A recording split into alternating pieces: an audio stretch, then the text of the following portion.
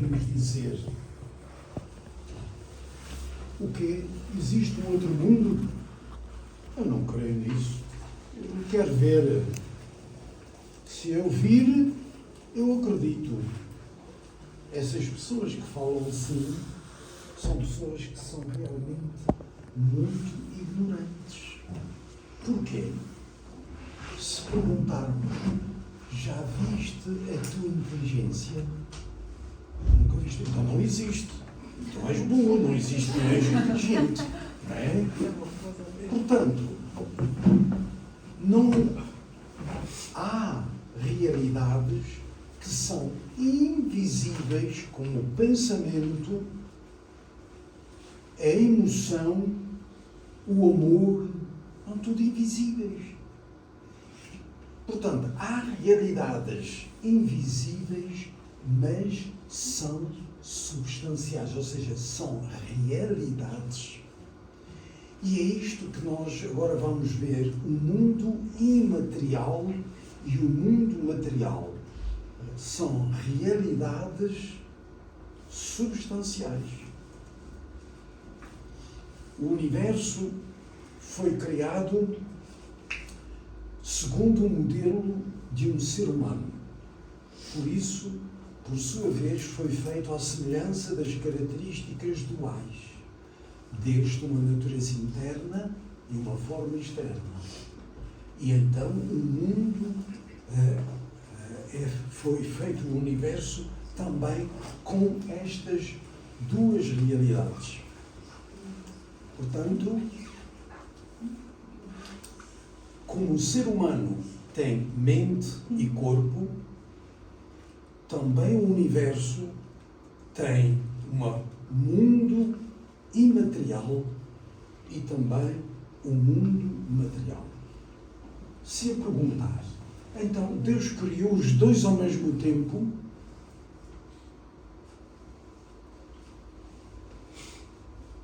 Uma pergunta difícil. Nós não estávamos lá. Não sabemos.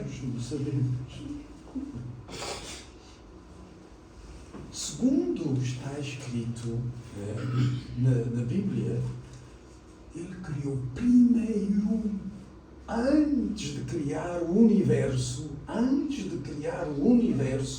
Ele criou o mundo espiritual. Criou o mundo espiritual com os anjos. Os anjos são seres espirituais. Ele criou primeiro os anjos neste mundo espiritual. Depois, criou o universo substancial. Eis porque estes dois mundos são duas realidades substanciais. O mundo espiritual para nós é qualquer coisa que não entra na nossa cabeça, porque estamos habituados só ao material, ao mundo material, tocar, ver, etc. Todavia, este mundo é um mundo que, tal como a nossa mente existe aonde? Existe ao nosso lado, ela anda aqui ao nosso lado. Alguns do lado direito, outros do lado esquerdo. Nossa mente anda aqui do nosso lado. É? Não. É uma com o nosso corpo. Assim, o mundo espiritual é com o nosso mundo físico. Onde nós estamos agora, há mundo espiritual aqui? Sim. Sim? E julgam que estamos aqui sozinhos, nós, materiais, seres materiais? Está aqui muitas dezenas de espíritos. Estão aqui a ouvir. Eu não os vejo. Eu pedi quando era pequeno, pedi a Deus: meu Deus, não me des a bênção, a graça de ver o outro mundo. Eu pedi para não ter medo.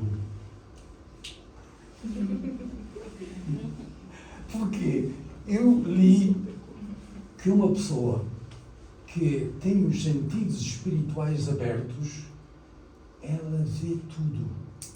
E ela vive tão mal, porque via mortes, via coisas terríveis, não é? Que nos sentidos espirituais ela via tudo. Eu disse, eu não gostava de ter os meus sentidos espirituais abertos. Por isso, meu Deus, não me faças isto, porque eu vou sofrer muito. E graças a Deus não tenho tido problemas.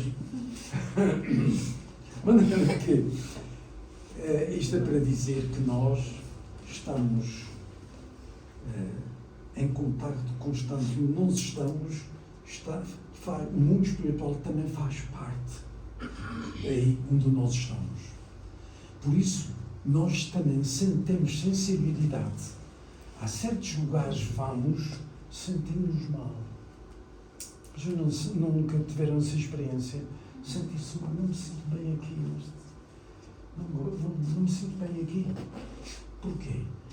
Porque o mundo espiritual aí não é elevado. Sentimos-nos mal. Eu sinto, nesse aspecto, eu tenho muita sensibilidade. Infelizmente, não sei, mas eu olho para a pessoa e imediatamente eu tenho uma noção de que é dessa pessoa e da linhagem de antepassados dela. Quando olho para a pessoa. Mas não fico perturbado, não é? Pronto, isto é para dizer que nós, onde estivermos, aí está também o mundo espiritual.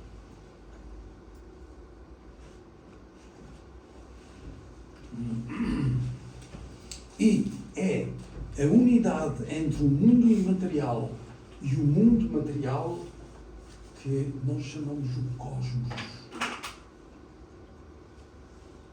Este é o cosmos.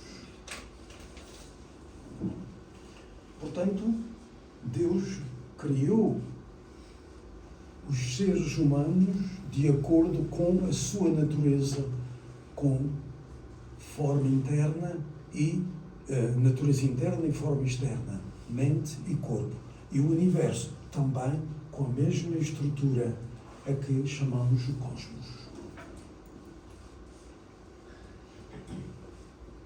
Portanto, o mundo imaterial está na posição de parceiro sujeito e o mundo material está na posição de parceiro objeto. Pois, está sujeito, não é? Parceiro sujeito, parceiro objeto. Não é sujeito. Está errado ali, está bem? Parceiro objeto. É. Preciso corrigir isto. Okay. Portanto,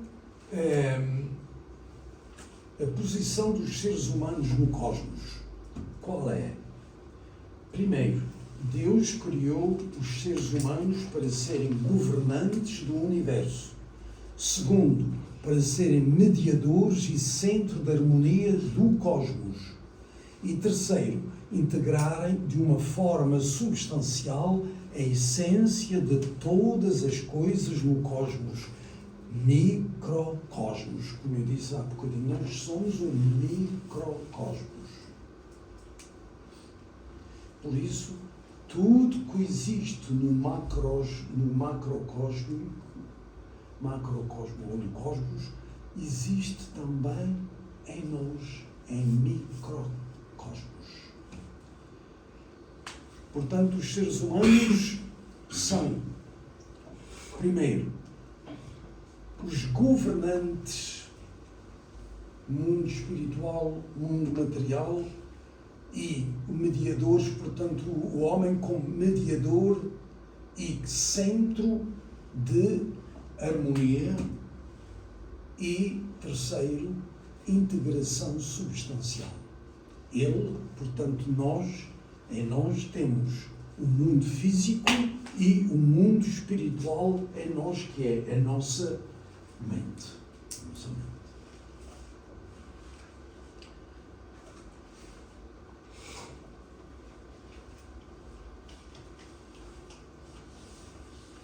E agora, o relacionamento recíproco entre o físico, o eu físico e o eu espiritual. Portanto, o eu espiritual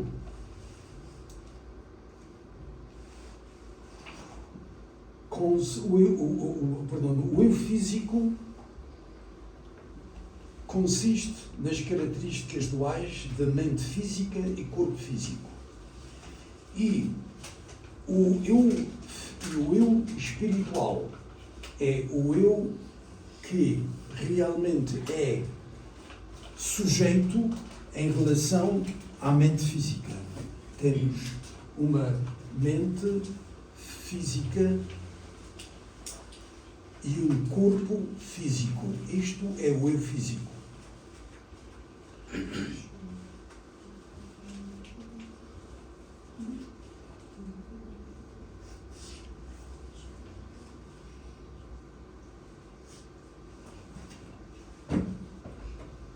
Portanto, uma boa ou má conduta do eu físico é o elemento fundamental para o eu espiritual se tornar bom ou mau.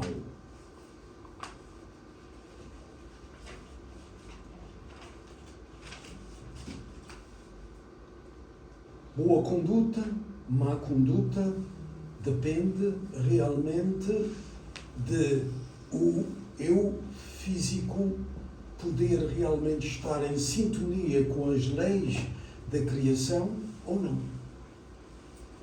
O eu espiritual pode tornar-se também ele bom ou tornar-se mau.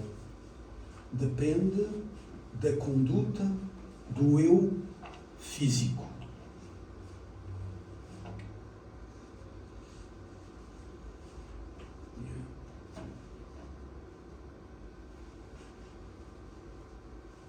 Agora, o nosso eu espiritual é composto pelas características duais de mente espiritual e corpo espiritual.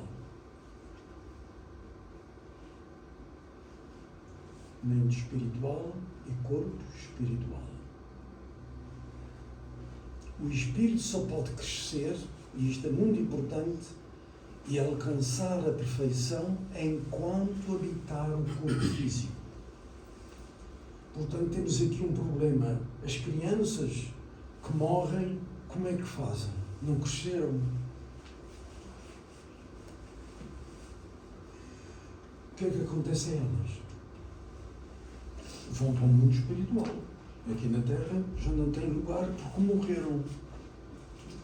Eles vão para o mundo espiritual como crianças e há no mundo espiritual um lugar chamado limbo, onde as crianças vão e têm aí pessoas adultas que vão ajudando-as a crescer. Não têm um corpo físico, porque o corpo espiritual, a mente espiritual se desenvolve na base do corpo físico. Mas elas já não têm corpo físico. Mas também elas não cresceram. Como é que fazem?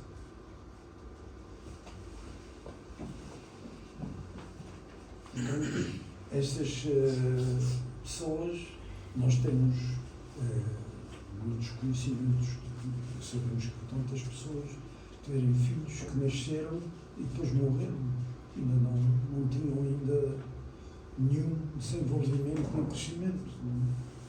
Portanto, estas pessoas vão continuar a crescer, mas é de uma maneira especial no mundo espiritual, no limbo, e elas irão atingir a maturidade também.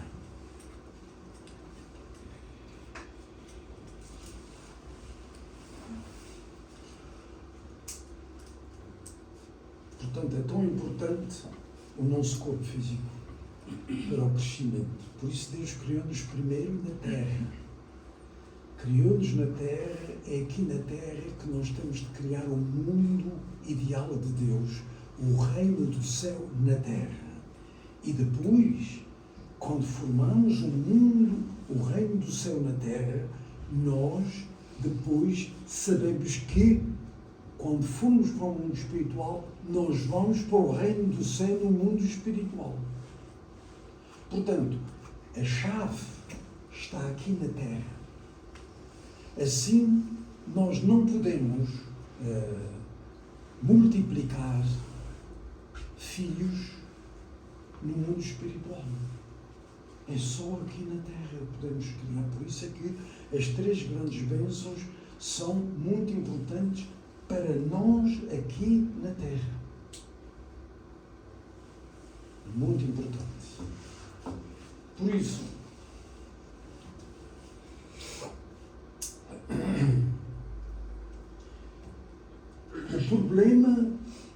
o problema está na Terra.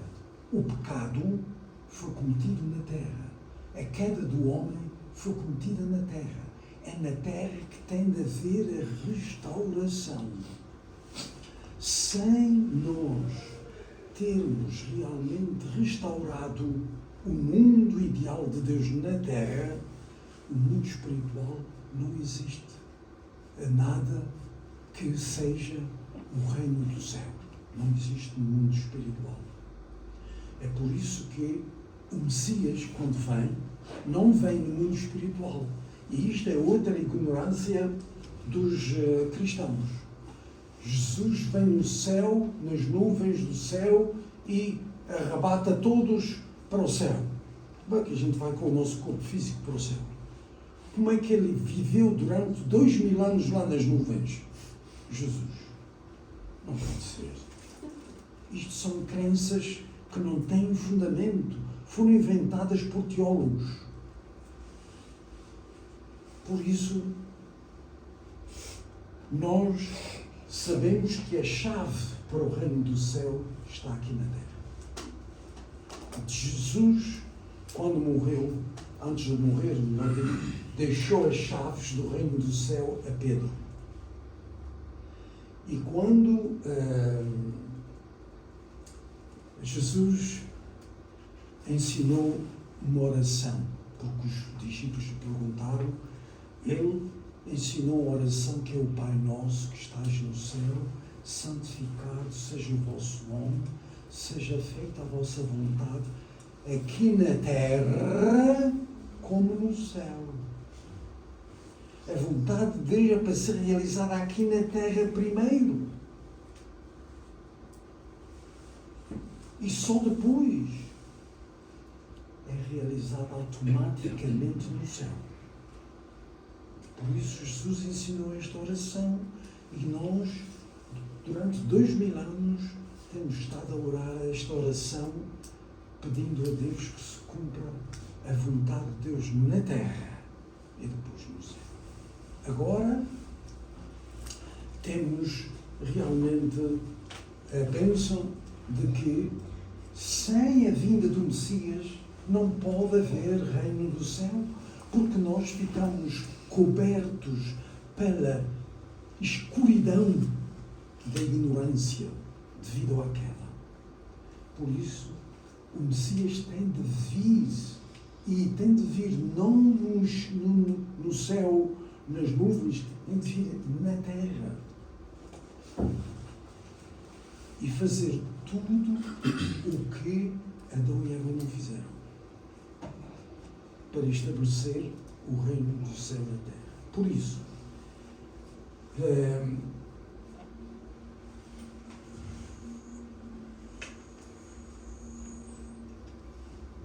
só através do eu físico, do corpo físico, o corpo físico e a mente espiritual podem crescer e alcançar a perfeição, tornar-se bons e decide se entra para o céu ou para o inferno.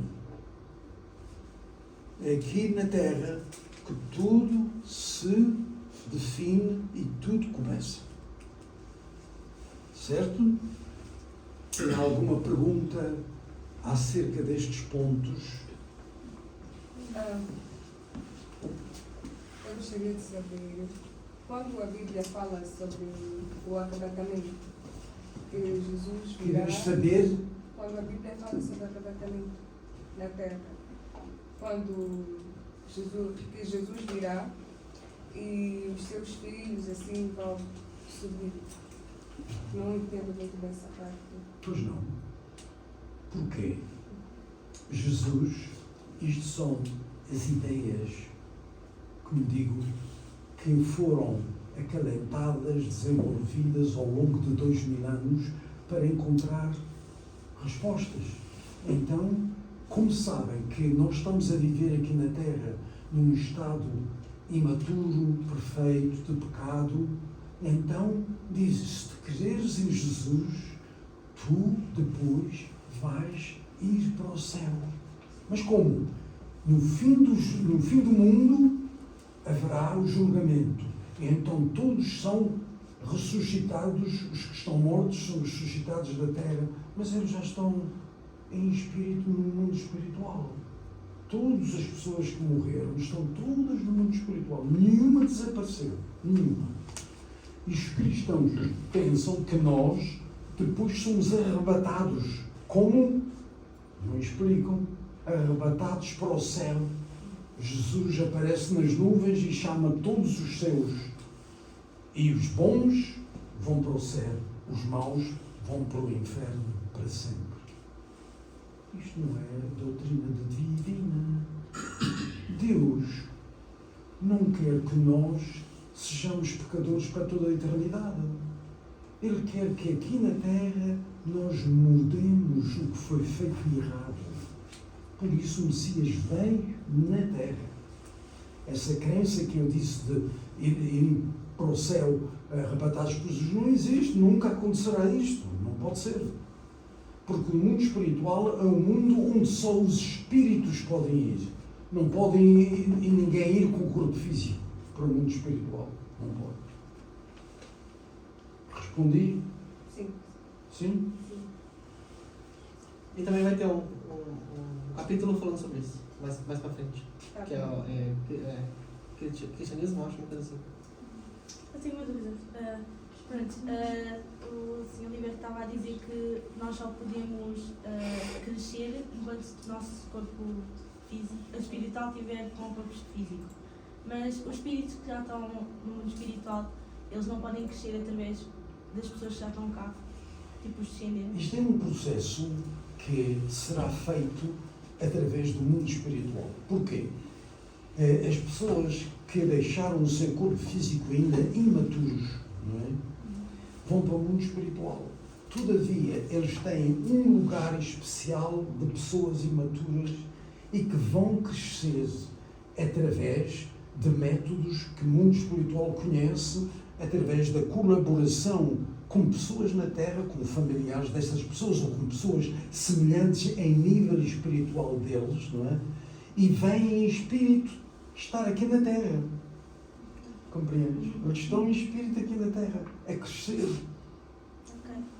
Só assim, porque aqui na Terra é que o crescimento no mundo espiritual não pode ser. E o crescimento através num corpo físico. Ok. É assim. Acontece. Isso também vai estar mais detalhado ressurreição. O que a pergunta da cristologia. Essa ressurreição é muito legal. Tá. Mais dúvidas sobre... aproveitando aqui, como a gente terminou o capítulo 1 da criação, se tiverem dúvidas, seria melhor serem respondidas agora, para a gente dar início ao capítulo 2. É para explicar agora, de continuar. Até o meio-dia e meio. Até mais. Mas aí aproveitar esses minutinhos, como acabou o capítulo 1, quem tiver dúvidas, se não tiver, a gente pode continuar. Ninguém?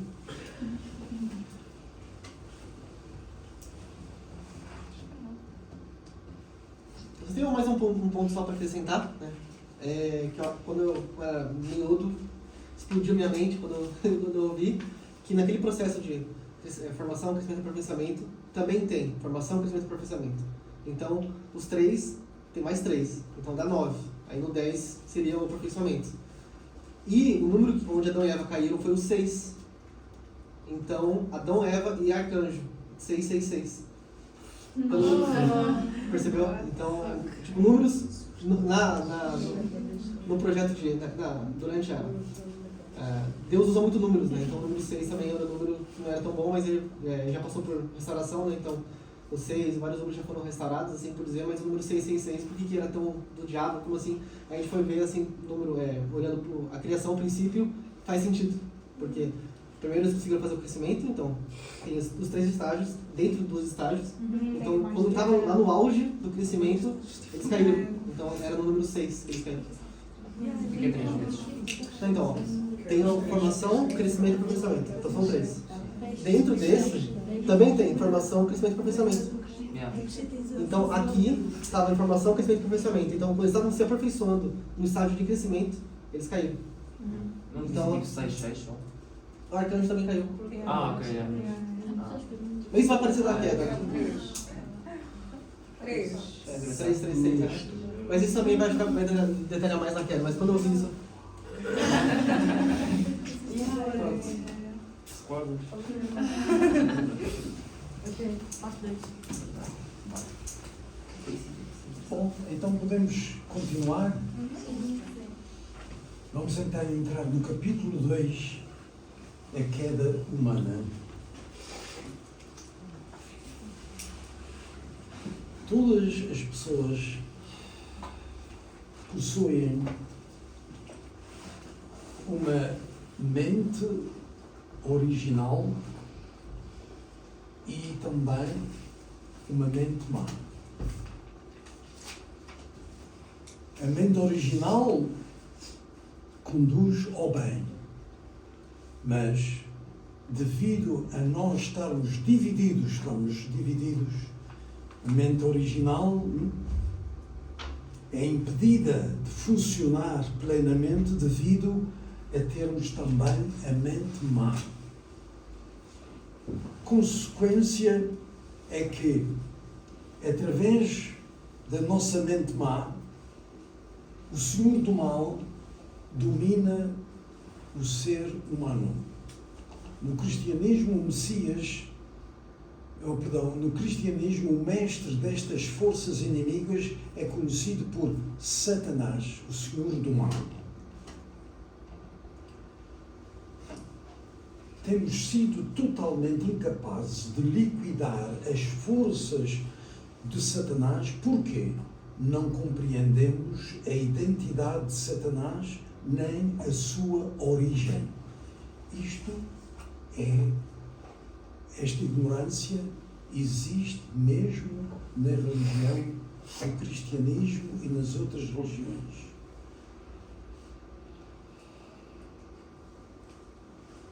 Nós, na nossa tradição cristã, chamamos muitas vezes o demónio, Satanás, mas não compreendemos bem quem ele é e como é que Satanás trabalha na vida das pessoas depois da queda. Por isso, precisamos de saber a identidade de Satanás, como é que Satanás veio existir. Se Deus criou tudo bom, como é que Satanás veio existir? Isto é muito importante. As pessoas realmente dizem que Satanás, o demônio, não existe. Uma invenção. Como outras dizem que Deus também é uma invenção. Deus não existe.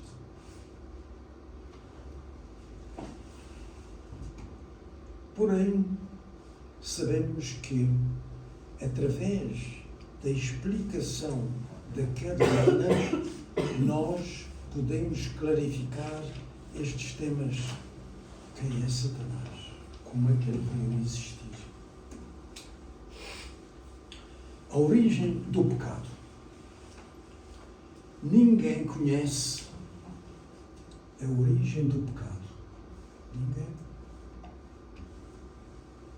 A origem do pecado está segundo os cristãos, com base na Bíblia, têm sido levados a acreditar que o pecado teve origem no momento em que Adão e Eva comeram o fruto da árvore do conhecimento do bem e do mal. Mas eles têm, isto é verdade, mas eles têm como ideia que foi um fruto físico de uma árvore real.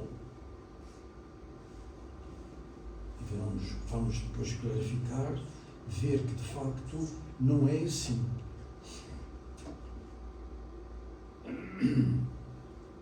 Eles dizem que é na Bíblia está escrito que Adão e Eva estavam no jardim do Éden e que Eva apanhou um fruto da árvore do conhecimento do bem e do mal e depois deu a Adão também. Os dois morreram, mas ficaram vivos. Estavam vivos, estavam lá. Tiveram filhos depois. Morreram. Morreram espiritualmente. Foi a morte real, mas espiritual. De que é que consiste essa morte? Veremos já depois a seguir.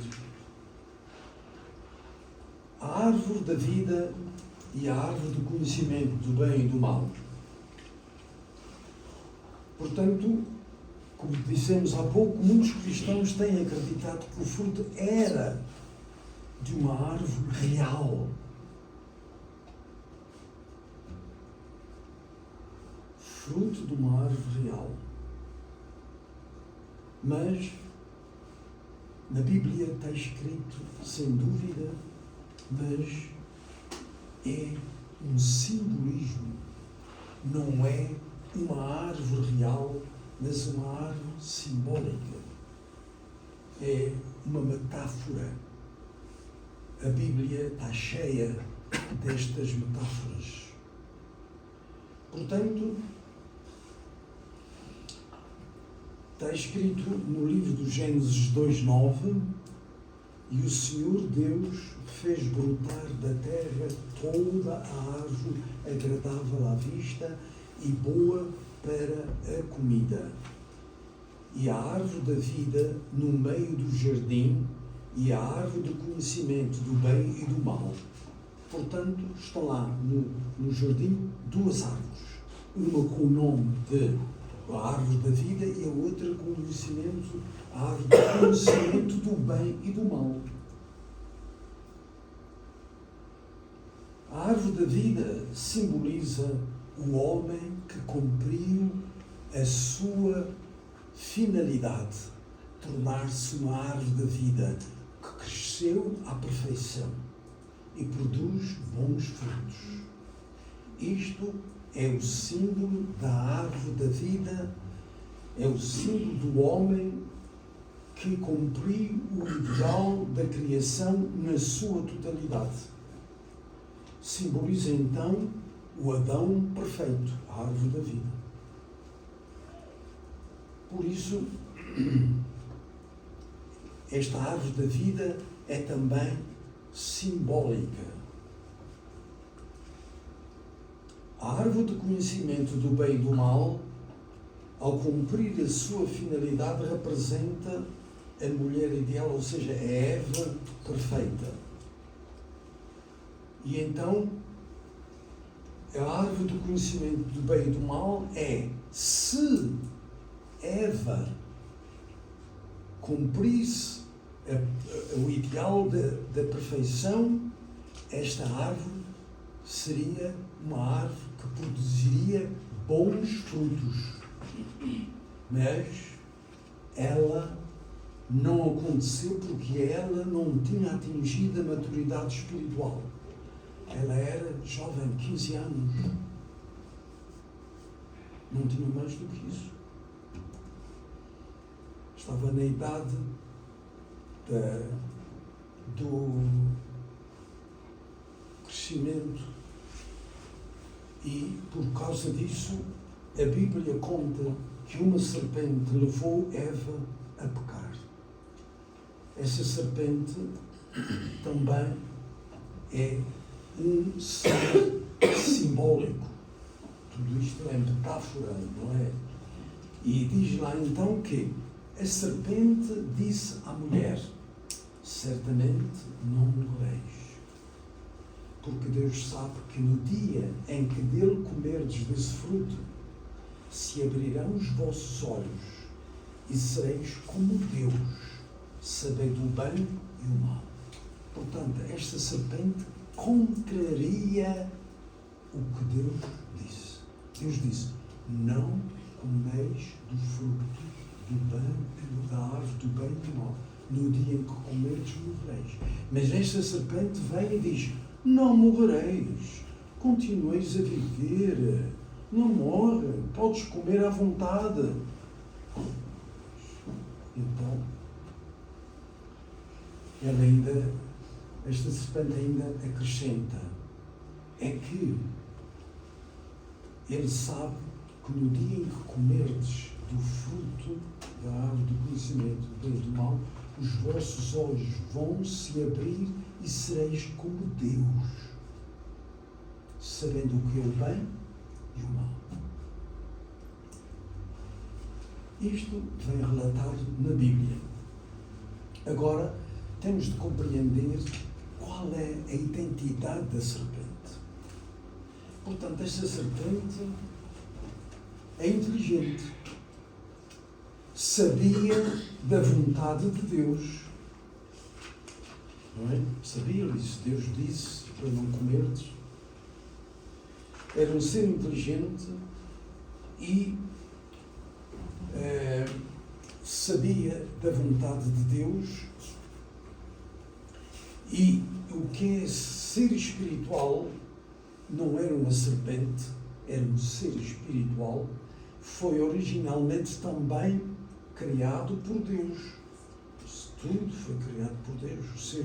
O ser espiritual que representa a serpente era um ser criado por Deus, porque ele sabia do plano de Deus. E foi criado com uma finalidade boa, mas que mais tarde caiu e tornou-se Satanás. Satanás quer dizer aquele que se rebela contra Deus. Satanás. A serpente, portanto, era um anjo. Os anjos foram criados por Deus como seres espirituais. E este anjo tinha um nome, era Lúcifer. Lúcifer era uma palavra que quer dizer luz, um anjo de luz.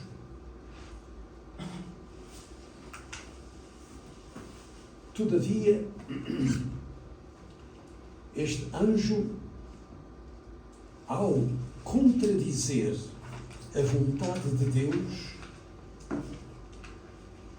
mostra realmente que este anjo sabia que Deus tinha dito a eles, aos Adão e Eva, que não deviam comer e que no dia que comessem morreriam, e ele contradiz dizendo que não morreriam, que não iriam morrer. Portanto, este anjo tornou-se realmente um anjo que levou Eva a comer do fruto. Esse comer do fruto, na passagem de Judas, o apóstolo Judas, podemos deduzir que o anjo caiu na sequência de um relacionamento sexual ilícito. Porquê? Porque ambos estavam no jardim do Éden, Adão e Eva, e ambos estavam nus e não tinham vergonha. Mas depois de comerem do fruto, foram buscar folhas de figueira para se vestir. Portanto, foi alguma coisa, não comida pela boca, mas foi alguma coisa, alguma ação cometida com os órgãos sexuais. Sentiram vergonha. Sente-se vergonha de uma coisa que realmente não é normal e natural. Eis porque este apóstolo Judas descobriu que de facto foi uma relação sexual. E todavia os teólogos não têm isto em consideração. Continuam a dizer que foi uma maçã. Está errado. Portanto, o que é que aconteceu então? Diz aqui o apóstolo São Judas, diz: e os anjos que não souberam conservar a sua dignidade, mas abandonaram a própria morada, ele guardou para o julgamento, Deus, guardou para o julgamento do grande dia em prisões eternas no fundo das terras. Assim Sodoma e Gomorra e as cidades circunvizinhas que se corromperam da mesma maneira e se entregaram ao vício são apontadas como exemplo. Portanto, aqui está bem claro, por esta palavra do apóstolo, que foi um ato imoral. E temos aqui muitas perguntas acerca disso. Como é que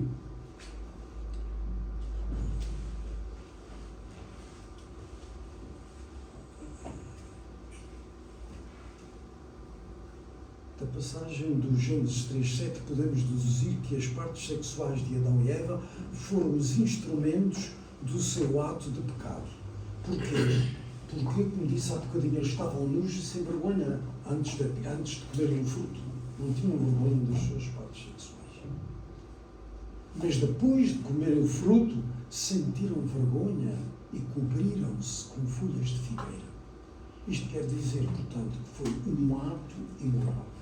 Agora, podemos também perguntar como é possível um anjo ter uma relação sexual com uma pessoa física. A pessoa física tem uma coisa comum com os anjos: é o seu corpo espiritual. Não é? Nós temos um corpo espiritual. E os anjos também têm um corpo espiritual. Só têm corpo espiritual, não têm corpo físico, só corpo espiritual. Houve uma relação entre Eva e Lúcifer, do que se depreende que Lúcifer é um anjo, um ser masculino.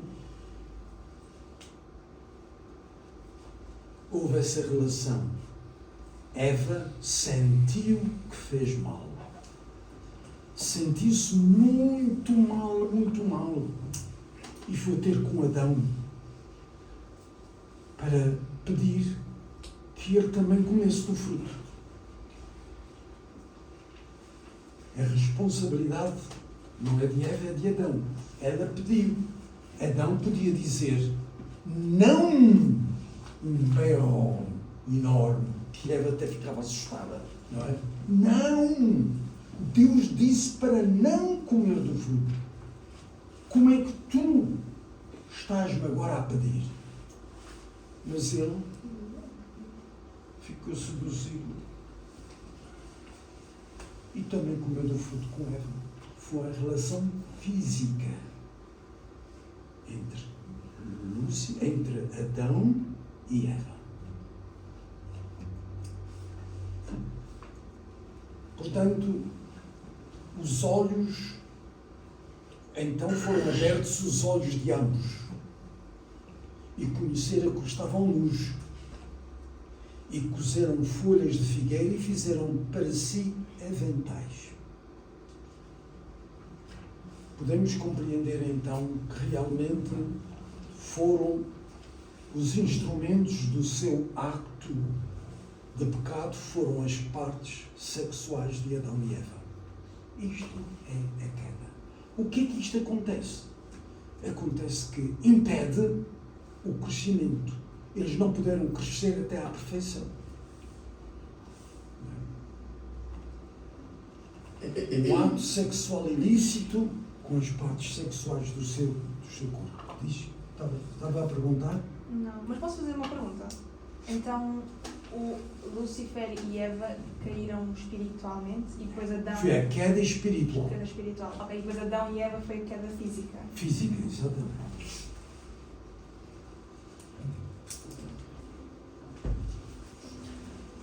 Portanto, se Adão dissesse não faço, a restauração era só a restauração de Eva. Era no tempo de Adão e Eva. Eva iria restaurar-se, não é? Seria realmente muito rápido a restauração e a queda não seria espalhado para toda a gente, porque todos somos descendentes dos primeiros antepassados. Toda a gente nasce com o pecado original. Isto os cristãos ensinam. Todos nascemos com o pecado original. E então dizem que, através do batismo, o pecado original é limpo. Mas, o que é que acontece? Na realidade, não é assim. Se realmente uma pessoa batizada casa com outra pessoa que foi batizada, o filho deles tem pecado original. De onde é que vem esse pecado original? Então quer dizer que o batismo não tira o pecado original. Portanto, estas crenças que o cristianismo realmente adquiriu são erradas. E é por isso que é muito difícil trabalhar com o cristianismo, porque realmente tem coisas que são tidas como verdades absolutas e não são verdades. Como esta, não é? Portanto, porquê é que este relacionamento entre Adão e Eva é um ato sexual ilícito? Porque eles não tinham atingido ainda a perfeição, não tinham atingido ainda o nível de unidade com Deus. Não entraram dentro do domínio direto de Deus, não pecariam, não fariam isto. Por isso Lúcifer sabia que tinha de tentar Eva antes que atingissem a unidade com Deus, antes que atingissem a perfeição.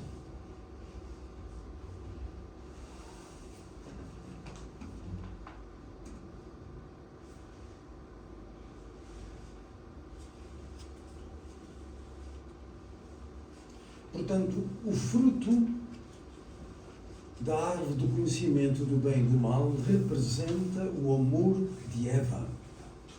O fruto.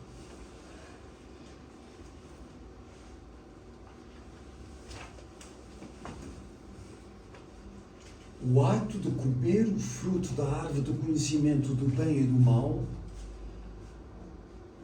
denota que ela consumou um relacionamento amoroso satânico com um anjo, o qual prendeu a si por laços de sangue. É por isso que o pecado original não pode, de modo nenhum, ser eliminado apenas com arrependimento, com muita oração, com muitos sacrifícios. Não pode. Porquê? Porque foi cometido com o corpo e por isso nós precisamos, para eliminar esse pecado original, precisamos não só do batismo que não tira o pecado original, precisamos de renascer. Renascer através de verdadeiros pais que não têm pecado original. Eis porque a vida do Messias é absolutamente necessária. Sem a vinda do Messias e da esposa do Messias, não há possibilidade de eliminar o pecado original, por mais sacrifícios que façam. Todos os santos estão no mundo espiritual Todos eles foram para o mundo espiritual, mas ficaram no paraíso. Não foram para o reino do céu. E esperaram pela vinda do Messias para poderem realmente serem restaurados. Então, depois do Messias vir na terra, os verdadeiros pais, eles também poderão ser abençoados, renascer. Vamos terminar por aqui, está bem? Depois continuamos, está bem? Terminamos. Faz a oração? Vamos com a oração.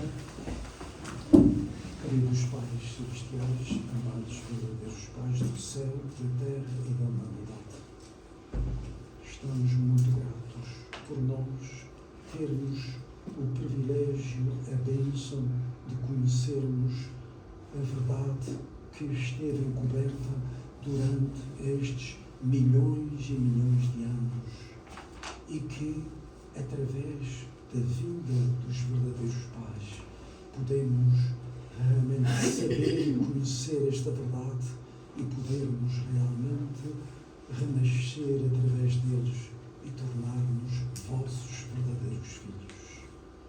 Muito gratos, pais celestiais, pela vossa assistência, ajuda, guia e proteção, e queremos continuar que vós possais estar presente aqui conosco durante o resto deste dia.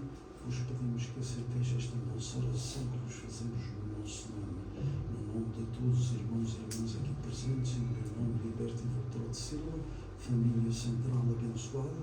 Amém. Muito obrigado pela vossa atenção.